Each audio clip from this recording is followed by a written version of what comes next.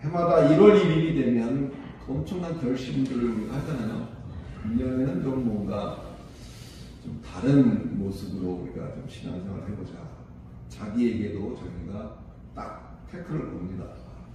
이제는 금년에는 내가 성경을 좀 읽어봐야 돼. 그러면서 1월 달에 1월 1일 날 새로운 마음으로, 심지어는 성경을 새로 사는 분도 계세요. 새로 성경을 사서 생명길 딱 준비해가지고 밑줄을 그어가면서 성경을 읽기 시작하죠. 이제 그러고는 어떻게 됐을까요? 사람마다 다르겠지만.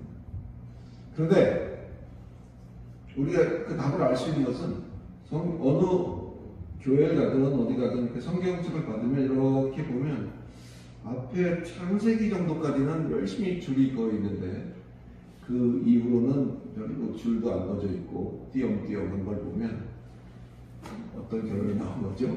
앞부분은 창세기까지는 열심히 읽었는데 창세기도 앞부분에 몇 장 정도는 또 열심히 읽었는데 그렇지 못한 경우도 많이 있다, 그런 생각을 하게 됩니다.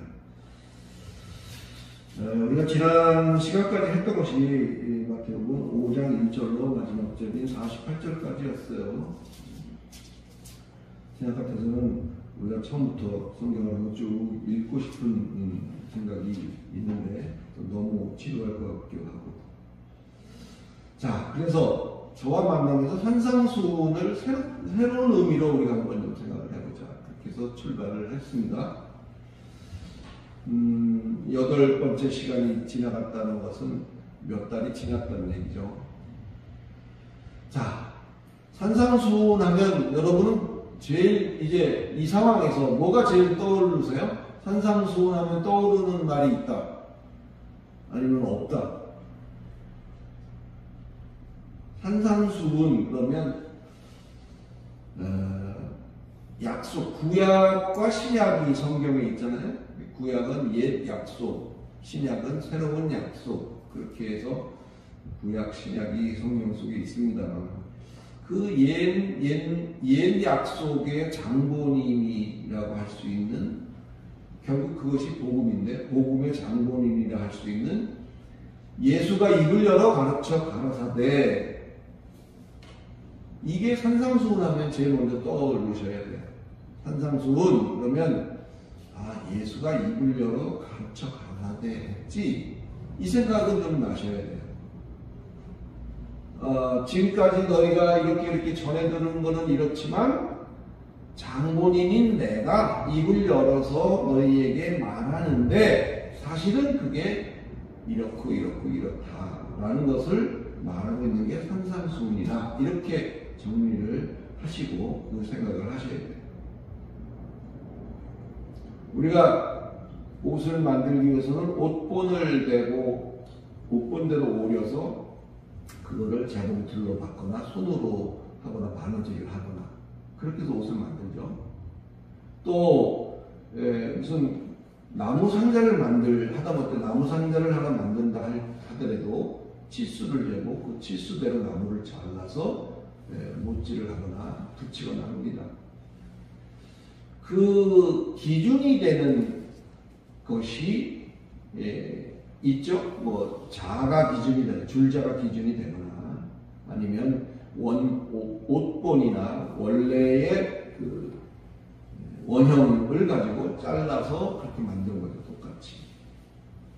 그런데 원형을 가지고 원형으로 계속 자르면 별 문제가 없는데, 원형으로 자른 첫 번째 토막을 가지고 두 번째 토막을 자르고, 두 번째 토막을 가지고 세 번째 토막을 자르고, 이렇게 해서 수천 번, 수만 번 잘라간다면 그 나중에 만 번째 잘랐던 나무는 첫 번째 잘랐던 원본 나무와 차이가 있을 수밖에 없다. 이건 우리가 이치적으로 이해할 수가 있잖아요. 그렇기 때문에 예수가 입을 열어 가르쳐 가라사대가 얼마만큼 중요한 것인가, 이렇더라더라, 이렇다더라 하는 얘기 있잖아요. 그렇다더라, 저렇다더라, 이것이 계속 전승되어져서 내려온 것이 원래 가르쳤던 것과 똑같은 상황일 수도 있지만 아닐 수도 있다는 가능성이 있는 거죠. 그래서 오늘 이 순간 예수가 입을 열어 가르쳐 가라사대 하는 것이 중요하다는 것을 강조해 보고 또 강조해도 모자람이 없을 것 같아요. 그러면서 예수가 제일 먼저 가르친 게 뭐다? 8가지 복에 대해서 쭉 얘기를 했어요.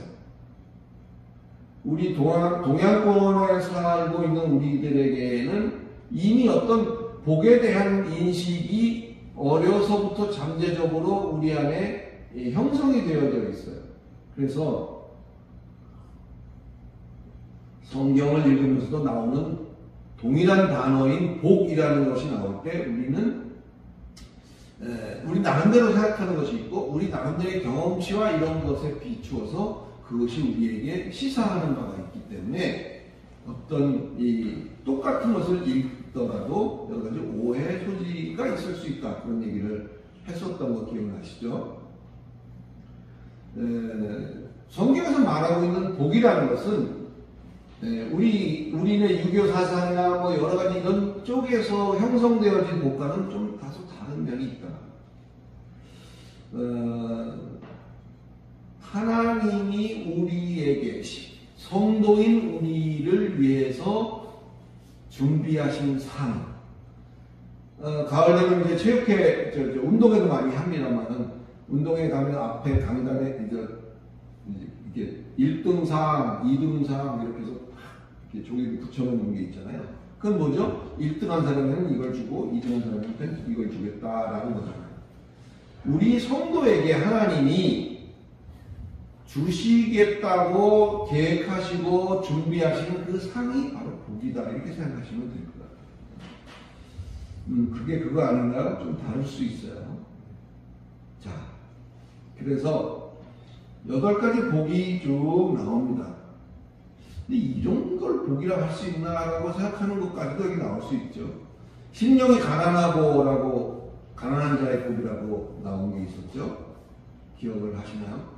심령이 가난한 자의 복이라고 하는 것은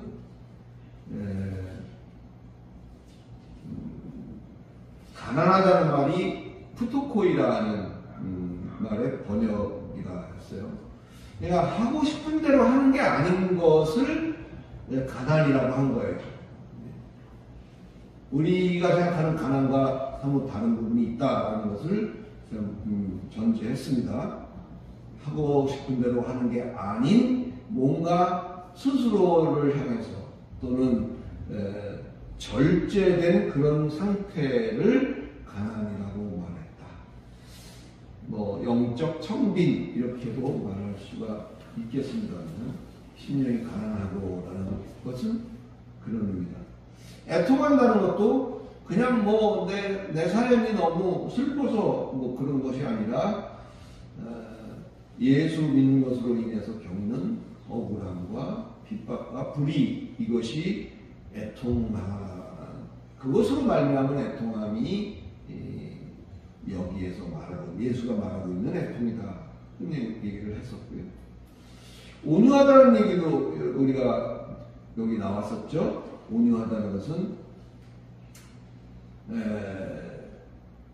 우리 정 목사님도 참 온유하신 그런 성품을 가졌죠. 저는 그 말 못합니다만은 뭐 사람 간의 관계성 속에서 무조건 부드럽고 순하고 인자해야 된다. 그런 자가 복이 있다. 이런 말을 하고 있는 게 아니라고 그랬죠. 여기서 말하고 있는 온유라는 말은 프라위스라는 헬라어인데 프라위스라는 말은 주인을 알아보는 맹수 같은 그런 의미를 그 안에 포함하고 있어요. 사자가 아무리 날뛰어도 그를 조련한 조련사 앞에서 순한 양같이 되는 것. 그것이 온유예요. 여기 성경에 말하고 있는 온유라는 말의 의미를 그런 의미입니다. 우리가 하나님이 아닌 하나님 앞에서가 아닌 사람들과의 관계성에서도 지금 인자하고 부드럽고 뭐 이런 것이 더 낫겠죠. 사람을 만나는데 되게 불편해요. 까칠해요. 우리가 까칠하는 말을 되게 많이 합니다만, 그거 그렇게 좋은 관계성은 아니죠. 대인관계가 무난하지는 않은 거죠. 근데 그런 것만을 여기서 말하고 있는 것이 아니라, 하나님과의 관계성 속에서 아닌 것에 대해서는 아니라고 할 수 있는 그런 아주 단호하고 강경할 줄도 아는, 그러나 내 주인을 내가 알아보듯이 하나님 앞에서 내가 나의 태도, 그것이 온유라는 표현으로 여기에 기록되어 있다는 사실을 우리가 봐야 됩니다. 의에 줄이고 목마른 자를 또 언급을 했었죠. 의에 줄이고 목마르다는 것은 성경은 하나님의 의로 제안을 하고 있어요. 하나님의 의를 구현함에 있어서 갈급해하는 그것이 의에 줄이고 목마른 자다, 이렇게 이해를 해야 된다고 얘기를 했습니다. 또 그런 자들이 하나님의 관심의 대상이에요. 하나님의 관심은 그런 자들에게 있고, 또 그런 자들을 배부르게 하셔요. 코르타조라는 단어를 써서 배부르게 먹이신다, 그런 의미가 되는 거죠. 국률이 여기는 자의 복을 또 얘기했는데, 국률이라는 것은 하나님의 속성 중에 하나라는 얘기를 했습니다. 그래서 하나님의 국률이 여기심으로 말미암아 우리가 아들 취급을 받는 거예요. 원래 우리는 의인이 아닙니다. 원래 우리는 악인입니다. 어떻게 보면요. 그러나 그것을 의롭다 여기시고 의인 취급을 해주시는 이유는 우리가 예수를 믿기 때문이잖아요. 예수를 믿기 때문에 우리는 의롭다 칭함을 받는 거죠. 그래서 이와 같이 우리도 그런 입장에서 하나님의 긍휼의 속성으로 말미암아 아들 취급을 받듯이, 우리도 우리 자신을 감추고 우리도 남을 그렇게 대할 줄 아는 그런 자가 긍휼히 여기는 자다, 이렇게 얘기를 했습니다. 마음이 청결한 자도 얘기를 했죠. 이거는 도덕적, 윤리적 흠이 없는 자를 말하는 게 아니라고 했어요. 굳이 마음이 청결한 자에 대해서 설명을 붙이자면, 바라는 것이 없는 순수한 마음을 가진 것이 청결한 것이에요. 근데 그렇기가 쉽지 않습니다. 뭘 하나, 사소한 거 하나를 우리가 하더라도 거기에 대해서 뭔가를 기대하게 되는 게 인간의 속성이거든요. 하물며 하나님을 위하여 라는 타이틀이 붙으면 더 거창해지죠. 더 힘듭니다. 하나님을 위해서 내가 이런 것도 하고 이런 것도 하고 또 이런 거는 안 하고 이런 거는 안 했는데 하나님 뭐 좀 없나요? 왜 내가 한 거는 이런데 왜 아무 반응이 없으신가요? 내 지금 이만저만 하는 게 급한데 왜 소식이 없으신가요? 기도를 낙타 무릎이 될 때까지 했는데 왜 응답이 없으신가요? 이런 뭔가를 바라는 것이 있는 거예요. 마음이 청결한 자의 복이라고 하는 것은 윤리도덕적으로 흠이 없는 걸 말하는 것이 아니라 하나님 앞에 순수하게 바랄 것이 없는 그런 마음이 청결한 자라는 것을 우리가 기억을 하시기 바랍니다. 그 다음 나오는 것이 화평케 하는 자의 복이었는데, 노벨 평화상이나 무슨 평화봉사라는 활동을 했다 그래서 그것이 마음을 화평케 하는 자냐, 그런 생각만 하지 말고 좀 생각의 폭을 넓혀서, 그거는 수평적인 화평이죠. 관계성 속에서의 화평이에요. 결국은 화평케 하는 자라는 것은 수직적으로 하나님과의 관계성에 있어서 그것을 좋게 하는, 하나님은 우리가 이런 게 있어요. 자식을 키워서 알지만 자식에게 아빠가 엄마에 대한 이야기를 할 경우가 있죠. 또 반대의 경우고 엄마가 자식에게 아빠 얘기를 할 경우가 있어요. 그런데 화평케 하는 자라는 개념을 여기다 도입해 보면 하나님에 대해서 다른 사람에게 말할 때 하나님은 이렇고 이런 분이다라는 것을 정확하게 하나님을 공포의 대상으로 만들어서는 안 되겠죠. 하나님은 그냥 놔두시는 분이 아니야.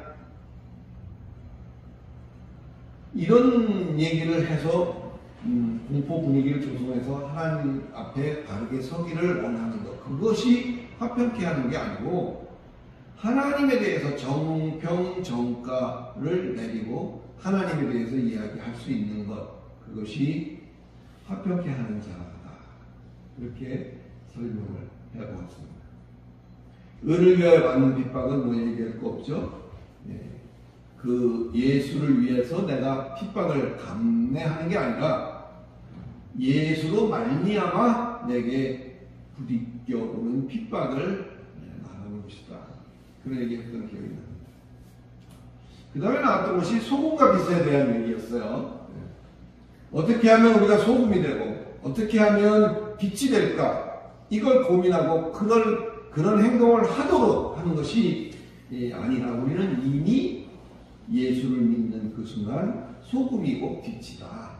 이미 소금의 역할을 우리가 똑바로 하지 않으니까 세상이 썩어가고, 소금의 역할을 제대로 못하니까 교회가 부패하고 세상이 부패한다. 따라서 어떻게 해야 되느냐? 우리가 똑바로 행실을 해야 되겠다. 상당히 큰 교훈은 됩니다만은 원래 예수가 입을 열어 가라사대 하고자 했던 의도는 그것이 아니라 우리가 세상을 변화시키려고, 우리가 바르게 삶으로 말미암아 세상을 변화시키려고 할 것이 아니라 성도 각자가 그냥 자기의 삶의 현장 속에서 그렇게 사는 게 훨씬 더 중요한 일이다. 예수의 오심이 개혁을 위해서 오신 게 아니라 예수의 오심은 우리가 행해야 되는 그 일들의 의미를 좀 더 새롭게 일깨워서 성도 각자가 더 온전하게 하려는 의도라는 사실을 기억해야 됩니다. 그런 자들에게야 비로소 천국이 의미가 있게 되는 거예요. 그런 자들에게 천국이 저희 것이다, 이렇게 말했습니다. 요거 많은 좀 생각을 해보셔야 돼요, 여러분. 천국 무조건 다 좋을까요? 악인에게, 또는 악인은 천국을 못 간다 할 수 있겠지만 악인에게는 뭐 다른 옵션이 있다, 이렇게 말할 수 있겠지만, 여러분 한번 우리가 의인이 아닌데 의롭게 되어진 우리가 얼마만큼 성화가 되느냐의 성화의 정도에 따라서 천국은 우리에게 지겨운 것일 수도 있고 즐거운 것일 수도 있는 그런 부분이 있다는 거 여러분 놓치지 마시기 바랍니다. 고기 먹고 싶은 사람에게 마음껏 고기를 먹게 하는 그것이 즐거운 것이지, 고기를 먹고 싶은데 고기는 몸에 해로워. 채식을 먹어야 건강하다. 그리고 예를 들어서 채식만 냈다 주는 데가 천국이라면 고기를 좋아하는 사람은 어떻겠어요? 천국 별로인 거죠. 가봐야 야채밖에 없습니다. 이 말에, 이 비유의 의미를 여러분 좀 음미할 수 있기를 바랍니다. 그래서 성화라는 것이 필요한 의미는 그러한 천국이 우리에게 어떤 의미로 그 천국을 받아들이고 내 안에 수용할 수 있는 실력을 키우는 것이 성화이기도 해요. 이런 표현은 처음 들어보셨을 수도 있습니다만, 성화라는 것은 이 땅에 하나님이 성화할 수 있는 그런 기간을 우리에게 주신 것도 결국은 다가올 천국을 준비하는 그런 과정이라는 사실을 분명히 깨달을 수 있기를 그리스도 예수 이름으로 축원합니다. 자, 이제 그 이후에 이제 30절 정도 돼서는 또 패턴이 바뀌죠. 패턴이 바뀌어서 옛사람에게 말한 바 여차저차 하라고 한 것을 너희가 들었지만 나는 너희에게 이르노니 여차 한 것이다 라는 패턴을 가지고 좀 얘기를 하기 시작했어요.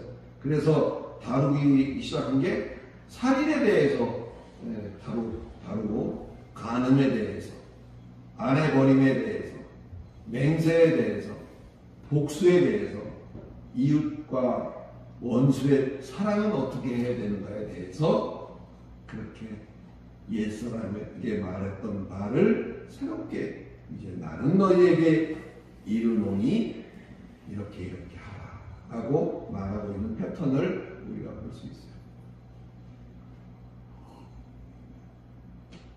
한마디로 말하면 이 패턴을 통해서 우리에게 강조하고 있는 것은 뭐냐? 자기 의리에 대한 경계입니다. 자기 스스로 의롭다 여기는 것에 대한 경계.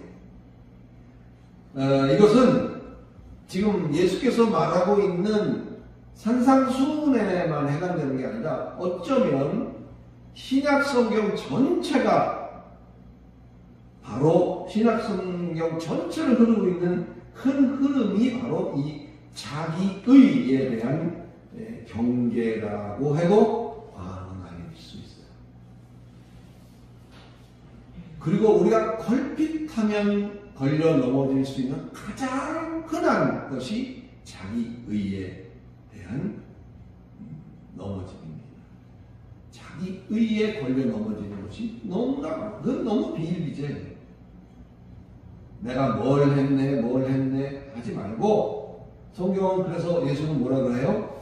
심지어 그냥 옳은 것을 옳다 하고 아니다 하는 것은 그냥 아니라고 하는 그것만이라도 좀 제대로 해라. 내가 뭘 하면 맹세를 해서 이런 걸 하지 말고. 그래서 성경 이걸 가만히 읽으실 때 이 말을 기억하세요. 나는 했고 너는 안 했고, 나는 안 했는데 너는 했고, 이런 생각이 뭐라고요? 내가 너보다 조금이라도 낫다는 어떤 그런 우월감이라고요.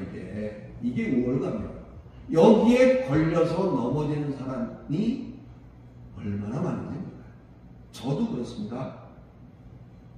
어떨 때 보면 그냥 나는 이게 되는데 너는 그게 안 되니? 이것 때문에 그것이 우리가 갖고 있는 그 자기의에 대한 걸림돌인 거예요.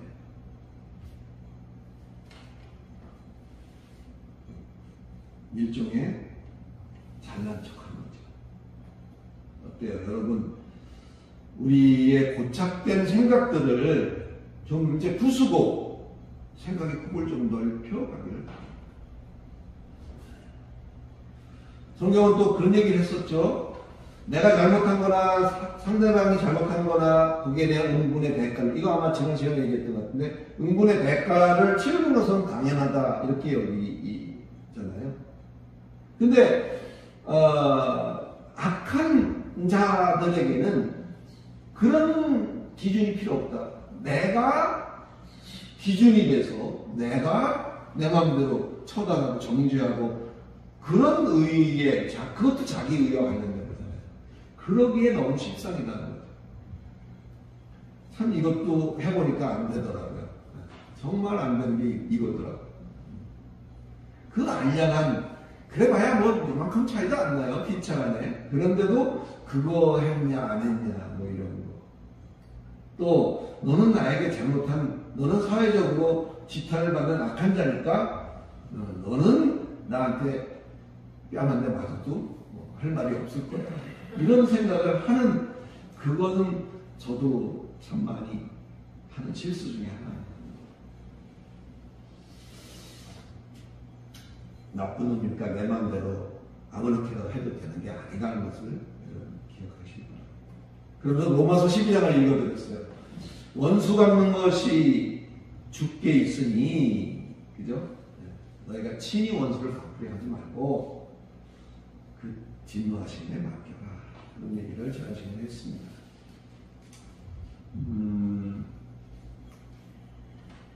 악한 자들 결국은 그들 역시 죽게, 하나님께 거기에 대한 보응을 받게 될 것이다.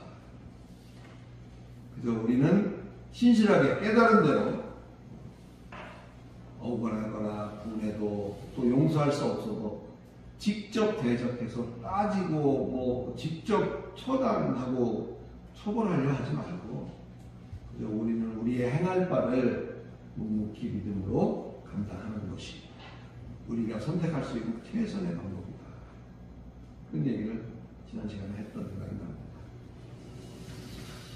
그래서 이게 이제 그러고 나서 시작되는 게 이제 오늘 6장이에요. 오늘 6장인데 6장 1절로 4절을 한번 오늘 본문을 삼어보겠습니다.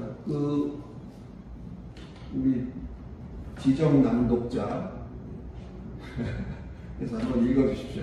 마태복음 6장 1절로 4절까지만 한번 부탁드릴게요. 하나님의 의를 그들 앞에서 너희 행하지 않도록 주의하라. 그리하지 아니하면 하늘에 계신 너희 아버지께 상을 받지 못하느니라. 그러므로 구제할 때 외식하는 자가 사람에게서 영광을 받으려고 회당과 거리에서 하는 것 같이 너희 앞에 나팔을 불지 말라.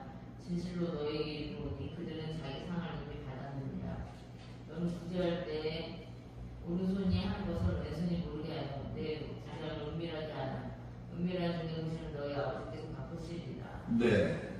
이게 이제 6장이에요. 그래서 5장을 뭐 그냥 대충 훑고 넘어갔습니다만 그런 5장을 이제 6장에 넘어오면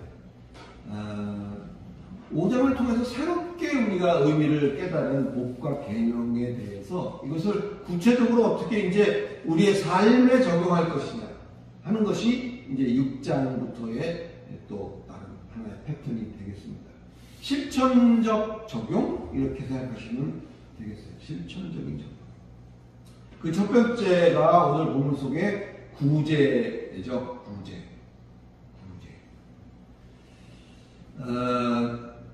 나라님도 뭐 그런 말이 있었는데 갑자기 생각이 안 나네요.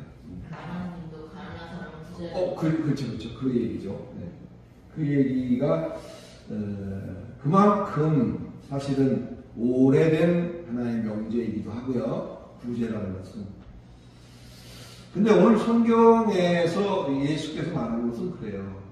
이것을 행함에 있어서 우리가 주목해야 될 것을 여기 말씀하고 있어요. 그것이 뭐냐? 역시 의에 대한 우리의 태도입니다. 의에 대한 태도. 의라는 것은 뭐냐? 디카이오 시네라고 말해요. 헬라어로는 디카이오 시네. 그것이 이제 의로움, 덕, 선, 친절 뭐 이런 거 그런 의미 맞아요. 이 의가 행동으로 표출된 것 그것이 구제인 거예요. 그 중에 하나가. 의가 행동으로 표출된 것 중에 하나가 뭐다? 구제다. 이렇게 생각하시면 되겠습니다. 본문은 가장 핵심적인 내용을 1절에 적고 있습니다. 사람에게 보이려고 그들 앞에서 너희의 의를 행하지 않도록 주의하라. 그리하지 아니하면 하늘에 계신 너희 아버지께 상을 받지 못하느니라. 의를 나타냄에 있어서 그것이 너희 의가 되지 않도록 어떻게 해라? 주의해라. 구제하셔야 돼요. 나라님도 못하는 거지만 우리는 해야 됩니다. 꾸준히. 또 해도 표도 안 나죠. 우리만큼 해서는. 그렇다고 포기하지 마시고 구제하셔야 돼요. 하되 어떻게 해야 된다? 단서가 붙잖아요. 너희 의가 되지 않도록 해라. 사람의 의가 되지 않도록 해라. 자기 의가 되지 않도록 해라. 하나님의 의로 행하도록 해라. 보란듯이 떠들어대며 하는 것이 제일 싸구려는 거 아시죠? 나 했어, 했네. 또는 사람 불러 모아놓고 이렇게 하는 거. 이게 제일 저급한 구제예요. 우르르 몰려든 사람들에 의해서 그 자리에서 공치사로 끝나버리고 마는 거죠. 이해가시죠? 그래서 이걸 제일 싸구려 하는 거예요. 그럼 어떻게 하라고요? 성경은 은밀하게 하라. 은밀하게 하라. 오른손이 하는 걸 왼손도 모를 정도로 은밀하게 하라. 이게 은밀의 극치죠. 은밀의 극치입니다. 근데 그게 가능하겠어요? 왼손이 하는 거 오른손이 모르게 하실 수 있는 분 손 들어보세요. 우리 한 몸에 붙어 있는데 그걸 어떻게 몰라요? 이게 바로 우리의 몸의 두 손이 아니라는 것을 여러분 놓치지 마세요. 세상에 두 부류가 여기에서 말하는 오른손과 왼손이라는 사실을 기억하시기 바랍니다. 어떤 일을 행하면서 오른손으로 행한다는 것은 옳다, 바르다 그런 뜻이라고 했죠. 뭐가 옳고 바른 거예요? 하나님의 은혜로 진리의 영의 인도를 받아서 하나님의 베푸신 은혜로 감당하는 것, 그것이 옳은 짓이고 그것이 바른 짓이고 그것이 오른손으로 하는 것이다. 할렐루야. 왼손은 뭐예요? 그 반대잖아요. 좌편. 뭐 우리 정치나 모두 좌편 우편에 있는데 어떤 게 좋다 나쁘다가 아니에요.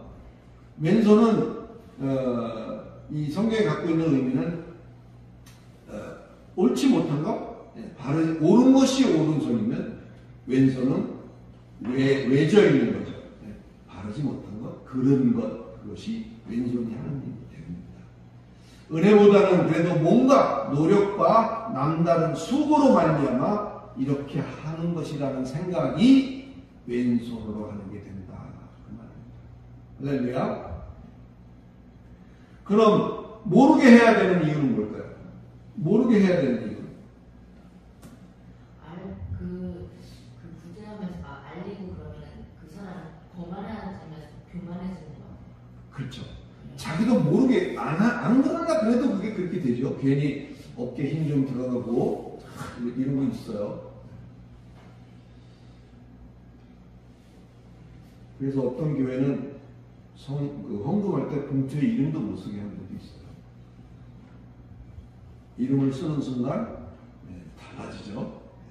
뭐가 달라지는지 잘 아실 거예요. 그런 것도 있습니다. 우리가 모르게 해야 되는 이유는 나는 하나님의 은혜로 인해서 이것을 감당했으니 그걸 왼손이 아는 순간 참 대단하십니다. 이렇게 하고 이러쿵저러쿵 해버리면 끝나가 버린다는 거죠. 그래서 모르게 해야 되는 거예요. 하나님의 은혜로만 감당한 것, 그것은 그대로 하나님의 은혜 아래 두어야 한다는 사실을 기억하시기 바랍니다. 사랑하는 성도 여러분, 오늘 이야기가 길었습니다만 베드로전서 4장 11절로 오늘 말씀을 마감하겠습니다. 다 같이 찾아서 한번 읽어보십시다. 베드로전서 4장 11절이에요. 베드로전서가 어디부터 쓸까요? 이 뒤에서 찾는 게 빠르세요? 요한계시록서 조금 위로 올라오시면 베드로전서가 나오는데 거기 4장 11절입니다. 다 찾으셨죠? 4장 11절.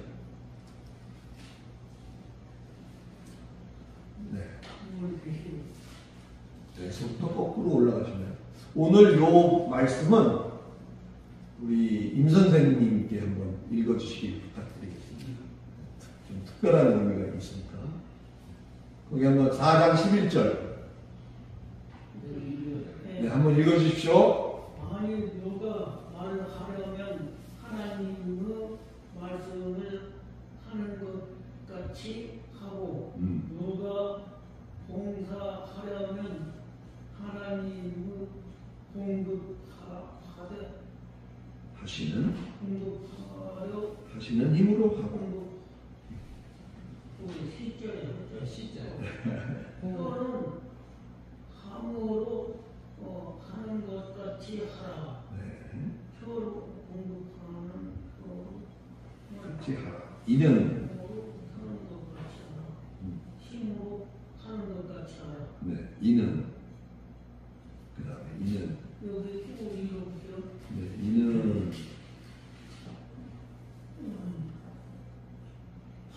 범사에 예수 그리스도로 말미암아 하나님이 영광을 받으시게 하려 함이 그에게 영광과 권능이 세세에 세세히 무궁하도록 있느니라. 아멘. 네. 예. 오늘 제가 이 말씀으로 결론을 내립니다.